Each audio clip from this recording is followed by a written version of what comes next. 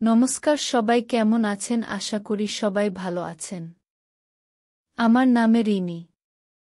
আমার বাড়িতে আমি, মা, বাবা আর থেকে আমার কাকা। বাবার ব্যবসা আছে। সে খুব ব্যস্ত থাকে। মা বাড়ির কাজকর্ম করে থাকে। কাকাও ব্যবসার কাজে থাকে। তবে বাড়ির দেখে ভালো। বাজার দোকান করা সব কাকাই করে। কাকা বিয়ে করেনি। ছোট থেকেই শুনি মা কাকাকে বিয়ে কথা বললেই কাকা বলে, কি তোমরা তো আছো, আমি বিয়ে করলে তোমাদের দেখভাল কে করবে? আর সত্যি বলতে কাকা আমাকে স্কুল দিতে যেত, আনতে যেত। আর বিভিন্ন জায়গাতে নিয়ে যেত। আর কাকাকেও আমি খুব ভালোবাসতাম।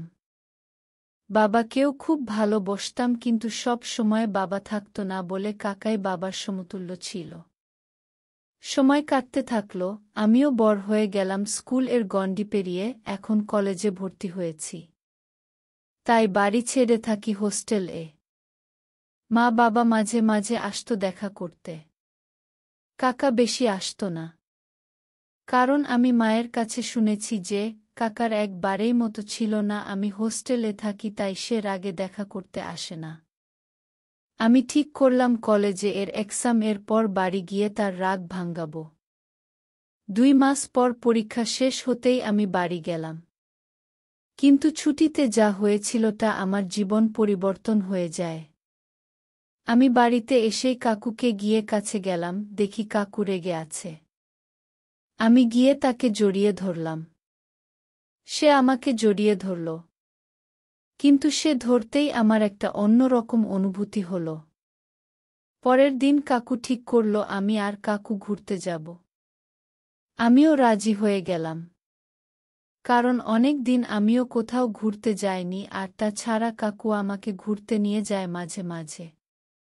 যাই হোক, পরের দিন আমার বেরিয়ে পড়লাম গাড়ি করে। শহরের বাইরে নদীর ধারে একটা সুন্দর হোটেল আছে, আমরা ওখানেই যাব বলে ঠিক করলাম।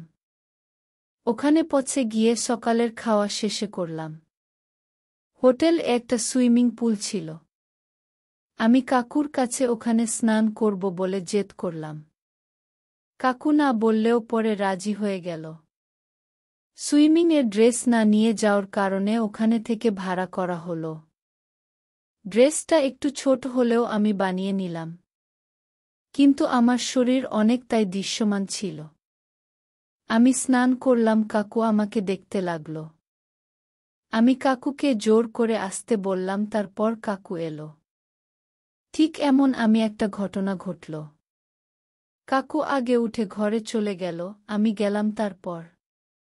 আমি গিয়ে গিয়ে দরজা খুলে ঢুকতেই দেখলাম কাকু জামা কাপড় পরছে। আর কাকু লাঠিটা আমার সামনে দৃশ্যমান।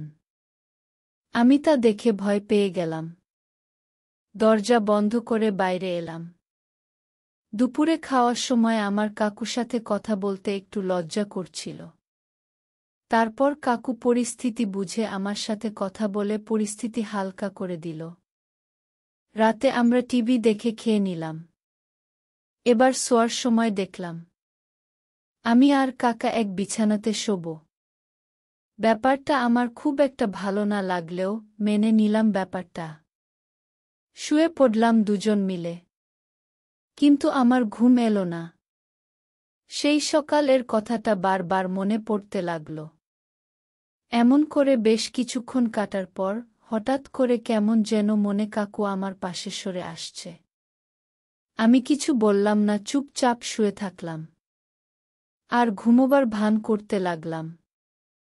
আমার ধারণা ঠিক হলো কাকু আমার গায়ে দিল। এবার কাকু লাঠিটা আমার গায়ে খোঁচা লাগল। আমি চমকে গেলাম, কারণ সেটা অনেকটা লোহার মতো শক্ত ছিল। আমি বিছানায় উঠে বসলাম, কাকু উঠে বলল, কিছু হবে না। তারপর কাকু তার লাঠিটা আমার হাতে দিল খেলতে, আমিও যেন দম দেওয়া পুতুলের মতো তার আদেশ পালন করতে লাগলাম। আমি তার লাঠিটা হাতে নিয়ে খেলতে লাগলাম। সেটা আরও লোহার মতো কঠিন হতে লাগল। বেশ কিছুক্ষণ খেলার পর আমারও ভালো লাগতে লাগল জিনিসটা। আমারও কেমন একটা শিহরণ খেলতে লাগল। এবার কাকা আমার মাঠে খেলার জন্য হাত দিল। আমি নিজেকে এর সামলাতে পারিনি। আমি তার হাতে নিজেকে সঁপে দিলাম। কাকু আমার সাথে খেল। আমিও আনন্দ পেলাম অনেক।